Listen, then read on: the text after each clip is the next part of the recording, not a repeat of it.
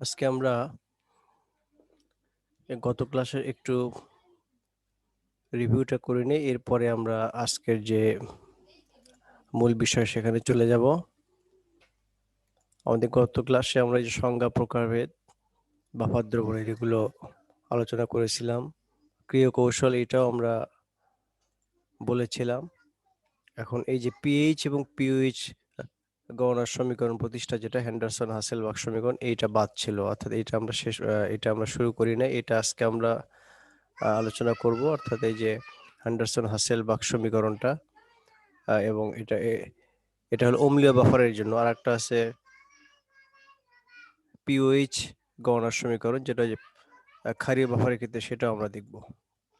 এরপরে আমরা গত ক্লাসে দুই একটা গাণিতিক সমস্যা বলে আমরা দেখছিলাম। আজকে আরো আমরা আহ, কিছু গাণিতিক সমস্যা এবং সেগুলোর সমাধান দেখব। তো গত ক্লাসে আমরা এগুলো আলোচনা করেছিলাম। এরপরে এই যে বাফার ক্রিয়া, যেটা অম্লীয় বাফার এবং ক্ষারীয় বাফার সিস্টেমের, এগুলো আলোচনা করা হয়ে গেছিল, এবং এই অঙ্কটাও আমরা গতদিন আমরা দেখেছিলাম। তো আজকে আমরা এই যে এই চারটা আমরা বলছিলাম, এটা গুরুত্বপূর্ণ, অর্থাৎ অম্লীয় বাফার এবং ক্ষারীয় বাফারের ক্ষেত্রে যে একটা তুলনামূলক আলোচনা, অম্ল যোগ করলে কি হবে, ক্ষার যোগ করলে কি হবে, এগুলো আমরা গত ক্লাসে আমরা দেখেছিলাম। আর এই যে রাজশাহী, কুমিল্লা, চিটাগাং, বরিশাল বোর্ডে যে 2018 সালের একটা অঙ্ক, আমরা দেখেছিলাম। 17 সালের এই 6 নং, এটা কিন্তু আমরা ওই সলভ করি নাই। এই যে এই অঙ্কগুলো, এগুলো কিন্তু সলভ করা হয় নাই, এই যে ঢাকা বোর্ড, যশোর ইত্যাদিতে। তো আজকে আমরা একটু কয়েকটা অঙ্ক সলভ করব।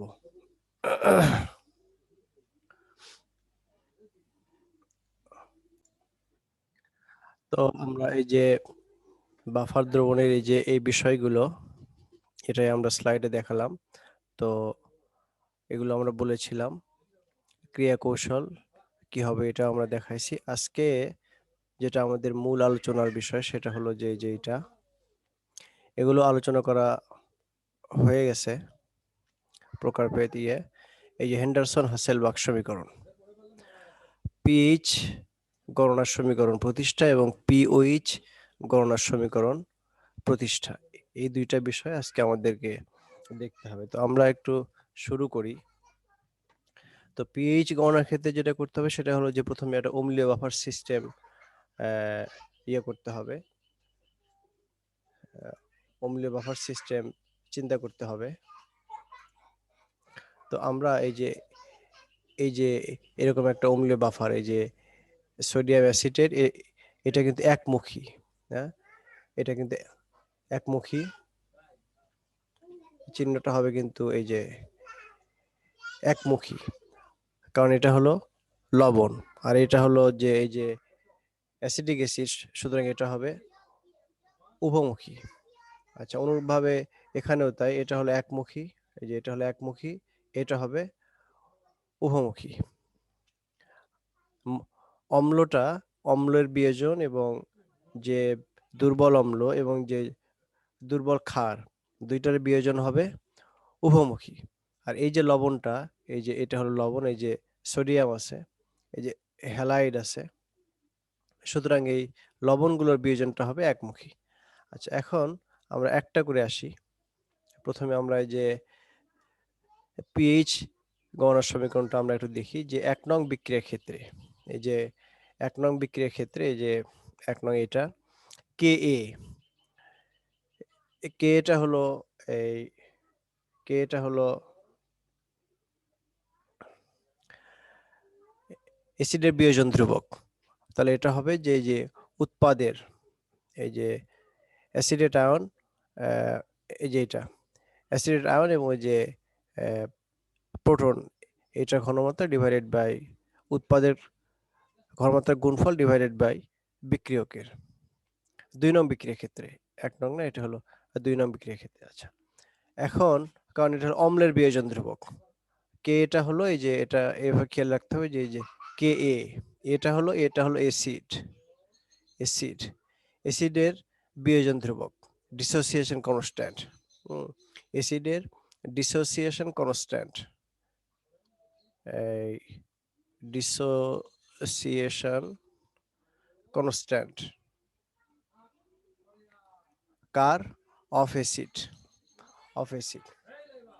তো এটা আমরা ইয়ে করে দিলাম, এটাকে সংক্ষেপে বলা হয় কে এ। তাহলে কে এটা হলো যে আমরা বের করলাম, দুই পাশে যদি আমরা লগ নিই, লগ নিয়ে আমরা যদি ইয়ে করি তাহলে log K is equal two হবে লগ এইটা, দুই পাশে আমরা লগ নিয়ে নিলাম। আচ্ছা, এরপরে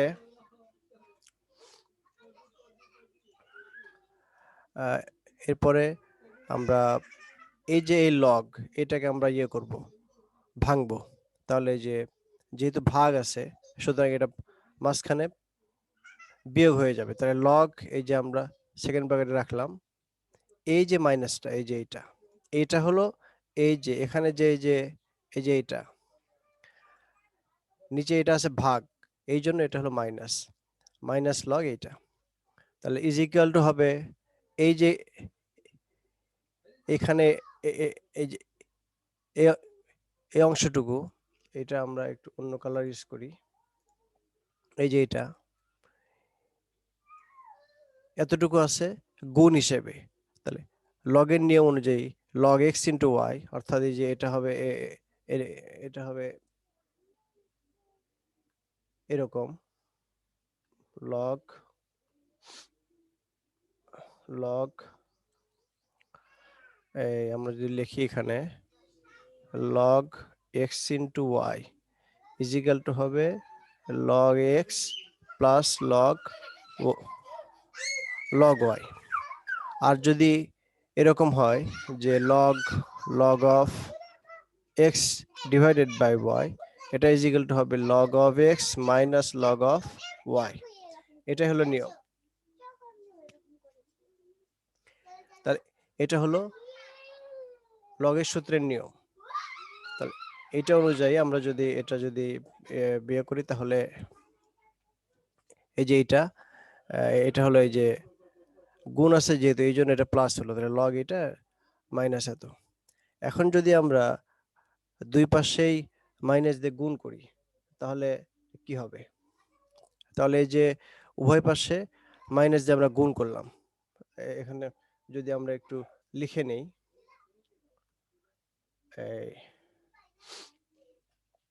এই যে এখানে দুই পাশে মাইনাস, মাইনাস দিয়ে গুণ করে পাই কোথায়, যে এখানে। তাহলে মাইনাস দিয়ে গুণ করলে এই যে মাইনাস লগ কে হলো মাইনাস লগ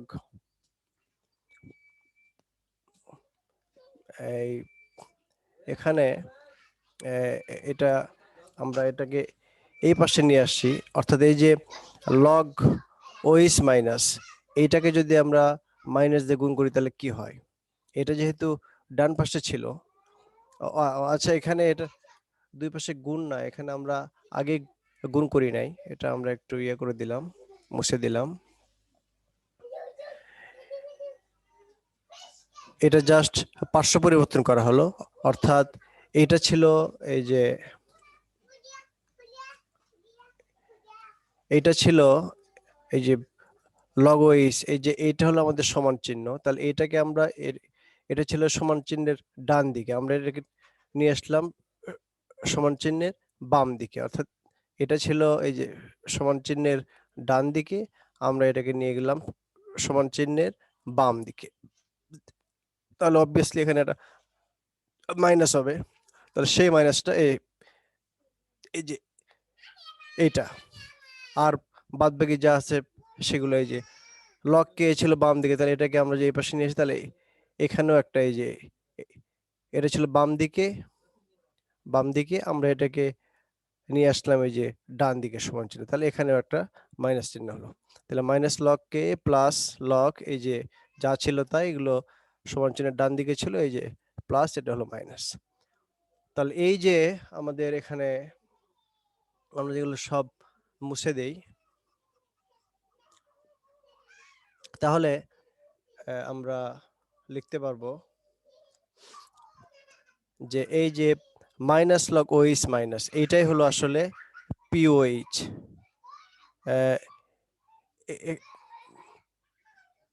এখানে এই হলো যে এখানে এখানে একটু ভুল হয়েছে, আমাদের এখানে একটু ভুল হয়েছে।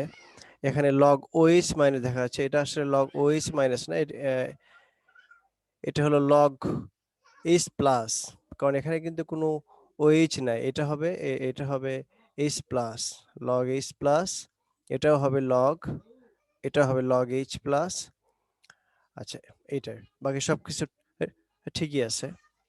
লগ, এই যে এটা হলো এইচ প্লাস, এটা হলো লগ এইচ প্লাস, এটা হলো লগ এইচ প্লাস। তাহলে এই যে এখন এই যে মাইনাস লগ এইচ প্লাস, এটাই হলো পিএইচ।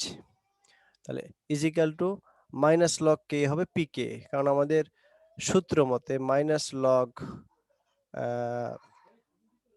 লগ এই এইচ প্লাস ইজিক্যাল টু হলো পিএইচ। অনুরূপভাবে মাইনাস লগ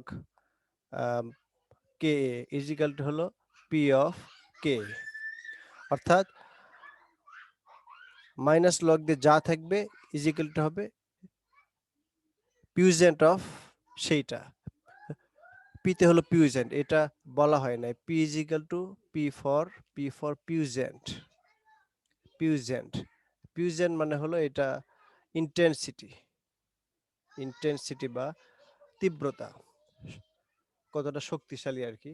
জাস্ট ওয়ার্ড মিনিংটা দেখলেই হবে। তাহলে এই যে এই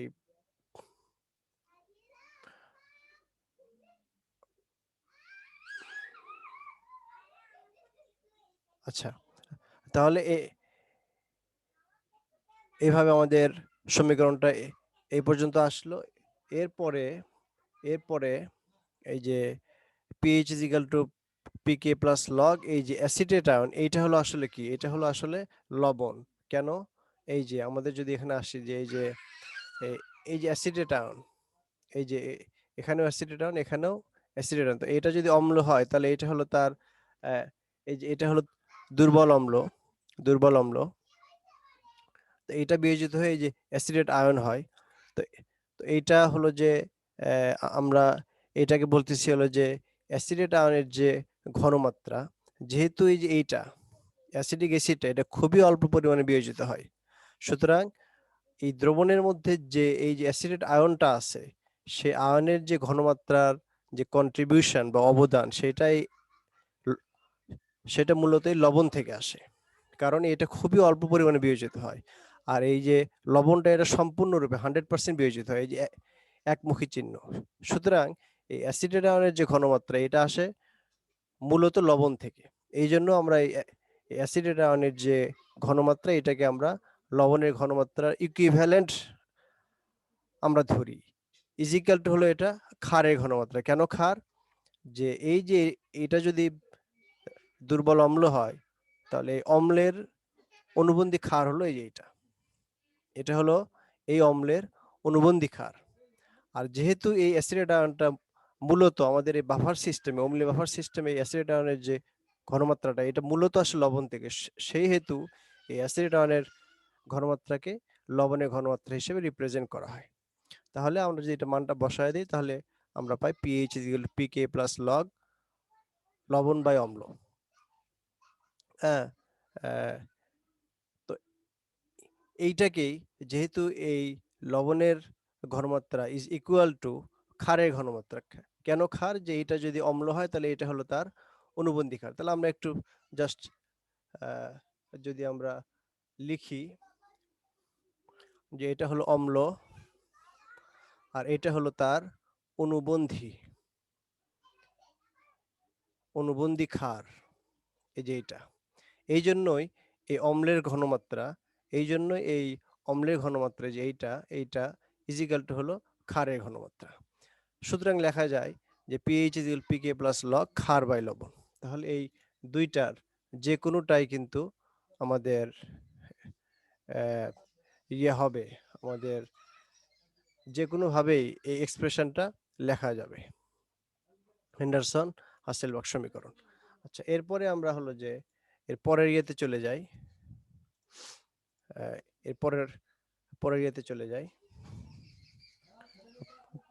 পরের ম্যাথে আমরা চলে যাই।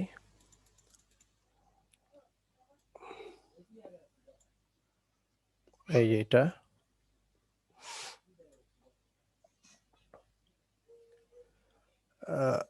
পিওএইচ গণনার সমীকরণ প্রতিষ্ঠা, যেটা এটাতে আমরা আসি। আচ্ছা, পিওএইচ গণনার ক্ষেত্রে আমাদেরকে কি করতে হবে, আমাদেরকে একটা ক্ষারীয় বাফার সিস্টেম বিবেচনা করতে হবে। কেন? এই যে পিওএইচ আছে, হাইড্রক্সিল আছে, তাহলে আমরা ক্ষারীয় বাফার সিস্টেমে যে অ্যামোনিয়াম ক্লোরাইড এবং অ্যামোনিয়াম হাইড্রোক্সাইড, একটা এটা হলো দুর্বল ক্ষার, এটা হলো দুর্বল ক্ষার, এটা হলো দুর্বল ক্ষার। আমাদের লেখাটা একটু মোটা হয়ে যাচ্ছে, থিকনেসটা কমায় দেই। আচ্ছা, এটা হলো দুর্বল ক্ষার, এটা হলো তার, এই দুর্বল ক্ষারের যে কারেসপন্ডিং লবণ, এটা হলো সেই লবণটা। তাহলে আমরা জানি যে একটা ক্ষারীয় বাফার সিস্টেম দুর্বল ক্ষার আর তার লবণ মিলে তৈরি হয়, তাহলে এটা হলো। আচ্ছা, আবার ওই অনুরূপ ভাবে একই, যেহেতু আমরা পিওএইচ বের করব, পিওএইচ, আর এই পিওএইচটা আছে কোথায়? এই যে 2 নং সমীকরণে দুর্বল ক্ষারের ক্ষেত্রে। সুতরাং এই দুর্বল ক্ষারের এই বিক্রিয়া থেকে আমরা কেবি, বিটা হলো কি, বি স্ট্যান্ডস ফর বেস, বিটা হলো base, base is equal to ক্ষার, অর্থাৎ dissociation constant of base, dissociation constant of base, ক্ষারের যেটা বলে এই যে বিয়োজন ধ্রুবক, বিয়োজন ধ্রুবক কেবিটা। তাহলে অনুরূপভাবে ওই একইভাবে আমরা লগ কেবি, দুই পাশে লগ নিলাম, লগ নিয়ে আমাদের এই যে এই মানটা এইভাবে আসলো। এরপরে আমাদের লগ এই যে অ্যামোনিয়াম ইন্টু হাইড্রোক্সিল মাইনাস, যেহেতু এখানে ভাগ ছিল সেহেতু এখানে মাইনাস লগ এত, ইজিক্যাল টু এই যে এখানে গুণ অবস্থায় আছে, এই যে এখানে গুণ, এই যে এটা এবং এই যে এটা এবং এটা গুণ অবস্থায় আছে, সুতরাং এখানে একটা প্লাস হলো, লগ এত প্লাস এত মাইনাস এত। এরপরে যেহেতু আমাদেরকে বের করতে হবে এই যে পিওএইচ, পিওএইচ, সেহেতু আমরা এখান থেকে এই পিওএইচটাকে বের করে নিয়ে আসবো। পিওএইচ মানে হলো মাইনাস লগ হাইড্রোক্সিল আয়নের ঘনমাত্রা। তো আমরা এই যে এটাকে সমান চিহ্নের ডান পাশে থেকে আমরা বাম পাশে নিয়ে আসার কারণে এই যে এখানে একটা মাইনাস হলো, ইজিক্যাল টু এই লগ কেবিটা ছিল বাম পাশে, তাহলে এটা ডান পাশে যাওয়ার কারণে এখানে একটা মাইনাস হলো, আর বাদ বাকি যা আছে তাই, লগ কেবি প্লাস লগ এত মাইনাস এত। এরপরে এই যে আমাদের মাইনাস লগ ওইস মাইনাস, অর্থাৎ হাইড্রোক্সিল আয়নের ঘনমাত্রার যে ঋণাত্মক লগারিদম, এটা হলো পিওএইচ, ইজিক্যাল টু এটা হবে তাহলে পিকেবি প্লাস লগ, এই যে যেহেতু এখানে মাইনাস আছে তার মানে এটা হবে ভাগ। আমরা যদি রেশিও আকারে লিখি তাহলে log ammonium plus divided by ammonium hydroxide, যেহেতু এখানে মাইনাস এই জন্য এই যে এখানে এটা ভাগ হিসেবে আসলো। এখন এই যে অ্যামোনিয়াম প্লাসটা, এইটা আসলে কই থেকে আসলো? এটা আসলো এই যে এই যে অ্যামোনিয়াম প্লাস লবণ থেকে আসলো, অর্থাৎ এখানেও অ্যামোনিয়াম প্লাস আছে, কিন্তু যেহেতু এটা দুর্বল ক্ষার সুতরাং এটা অল্প পরিমাণে বিয়োজিত হবে। এটা কিন্তু খুবই গুরুত্বপূর্ণ। তো যদি আমরা লিখি যে এখানে, যদি লিখি যে আমরা যদি এখানে লিখি যে হলো যে ড্র, এই যে এটা যদি আমরা লিখি যে যেহেতু অ্যামোনিয়াম ক্লোরাইড দুর্বল ক্ষার, দুর্বল ক্ষার, সেহেতু সেহেতু এটা খুবই খুবই অল্প পরিমাণে, খুবই অল্প পরিমাণে বিয়োজিত হবে, বিয়োজিত হবে। তাই তাই দ্রবণে বা সিস্টেম লেখা সবচেয়ে ভালো। তাই সিস্টেমে উপস্থিত উপস্থিত এই যে অ্যামোনিয়াম প্লাস আয়ন,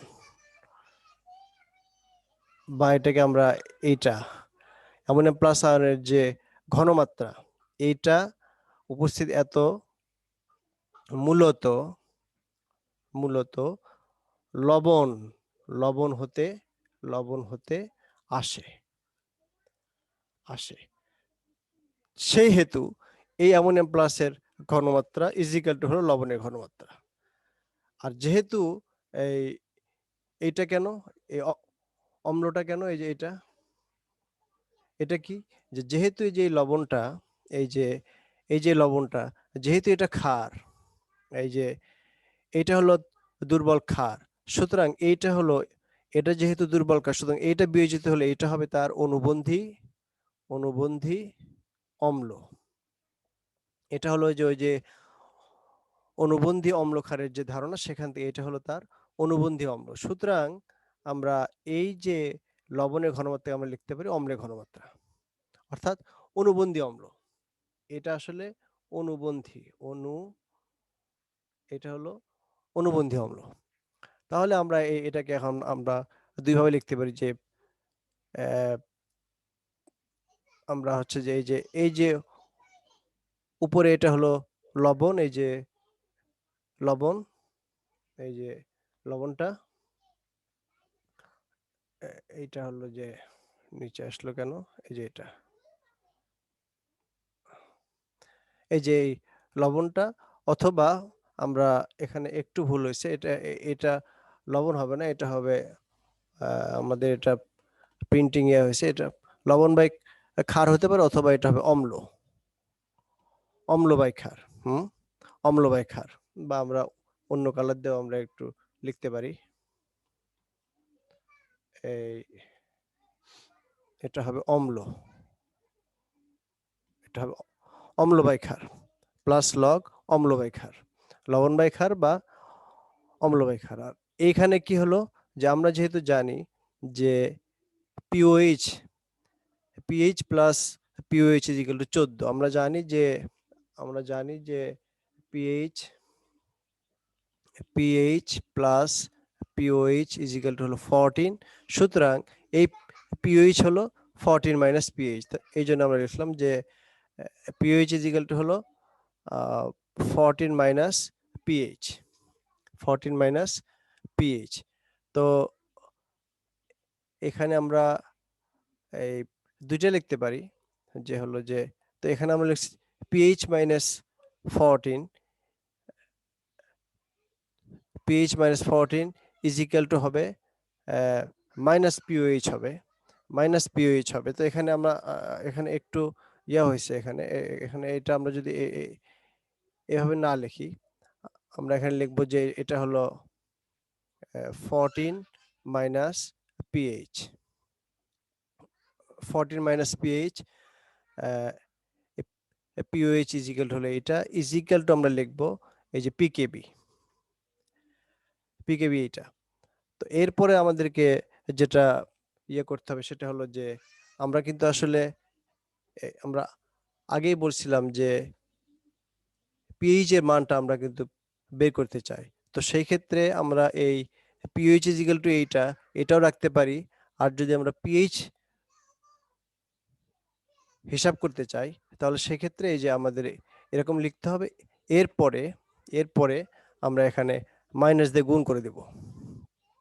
গুণ করে দিলে এটা হবে যে এটা হবে -14 plus pH is equal two হবে, এটা হবে মাইনাস পিকেবি,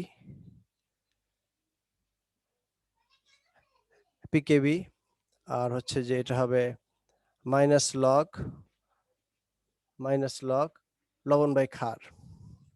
আচ্ছা, যা আসছে তাই এরপরে এই যে পিএইচটা যদি আমরা বামে রাখি, পিএইচ ইজ ইকুয়াল টু হবে 14 মাইনাস পিকেবি মাইনাস লগ, যা আছে তাই। এখন যদি আমরা প্লাস করে দিই, তাহলে এই ক্ষারটা যাবে উপরে, অম্লটা আসবে নিচে, অর্থাৎ পিএইচ ইজ ইকুয়াল টু এই যে 14, এখানে আছে প্লাস পিকেবি আছে, প্লাস লগ আছে। তো এটা আসলে ওই যে মানে হিসাবের আমরা কোন দিকে মাইনাস নিব আর কোন দিকে প্লাস নিব এইটার উপর এটা আসলে ডিপেন্ড করবে। তো তো এইভাবে আমরা হলো যে বাকি জিনিসগুলো আমরা ইয়ে করব। এরপরে আমরা আর দু একটা জিনিস আমরা একটু দেখব, সেটা হলো যে আমরা বলছিলাম যে আমরা কিছু গাণিতিক সমস্যা দেখব।